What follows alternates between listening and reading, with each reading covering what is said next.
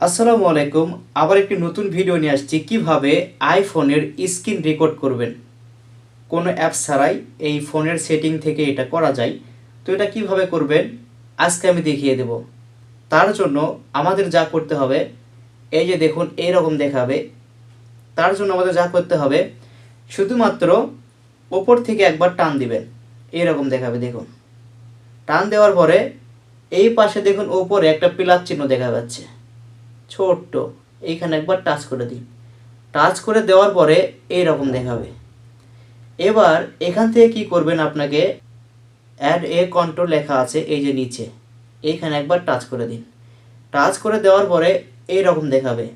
এখান থেকে দেখুন এখানে লেখা আছে স্ক্রিন রেকর্ডিং, এই যে এবার টাচ করে দেওয়ার পরে এটা কিন্তু আমার এইখানে শো হচ্ছে, মানে ওখান থেকে সামনে চলে আসছে। এখন এখানে কোনো কাজ নেই, এখান থেকে বের হয়ে আসুন।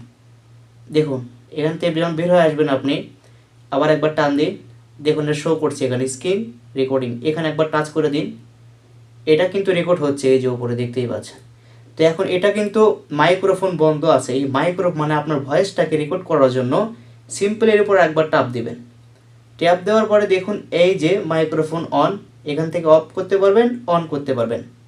মানে আপনি যখন কথাটা বলবেন স্ক্রিন রেকর্ডের সঙ্গে, তখন কিন্তু এটা আপনি চাইলে আপনার কথাটা রেকর্ড হবে না, আবার আপনি চাইলে আপনার ভয়েসটাও রেকর্ড হবে। এখান থেকে অন অফ করে নিতে পারেন। তো এভাবে আপনি স্ক্রিন রেকর্ড করতে পারেন। যখন রেকর্ড করা শেষ হবে তখন আপনি কি করবেন, এই যে দেখুন ওপরে দেখুন এইখানে একবার টাচ দিন। দেখুন রেকর্ড কিন্তু হচ্ছে, রেকর্ড হচ্ছে। তো এখানে একবার টাচ দিবেন, এই যে এই চিহ্নটার মধ্যে। ব্যাস, রেকর্ড শেষ। এটা এখন কই পাবেন, এটা পাবেন হচ্ছে আপনার ফটোজের মধ্যে, এই যে ফটোস, এখানে একবার টাচ করে দিন। টাচ করে দেওয়ার পরে এইরকম দেখাবে, এই যে আমরা এটা রেকর্ড করলাম, এই যে শেষে দেখুন এটা আমরা রেকর্ড করলাম, এটা প্লে করে দিন। এটা কিন্তু মাইক্রোফোন বন্ধ আছে, এই মানে আপনার ভয়েসটাকে রেকর্ড করার জন্য সিম্পল এর উপর একবার টাপ দিবেন। দেখুন আমি যে রেকর্ড করলাম সে কথাটা কিন্তু শোনা যাচ্ছে। এটি ট্যাপ দেওয়ার পরে দেখুন এই যে মাইক্রোফোন। তো এভাবে আপনি খুব সহজেই আপনার ফোনের বা আইফোনের স্ক্রিনটাকে রেকর্ড করতে পারেন। আশা করি বুঝতে পেরেছেন। তো সবাই ভালো থাকুন, আবার দেখা হবে নতুন আর একটা ভিডিও নিয়ে।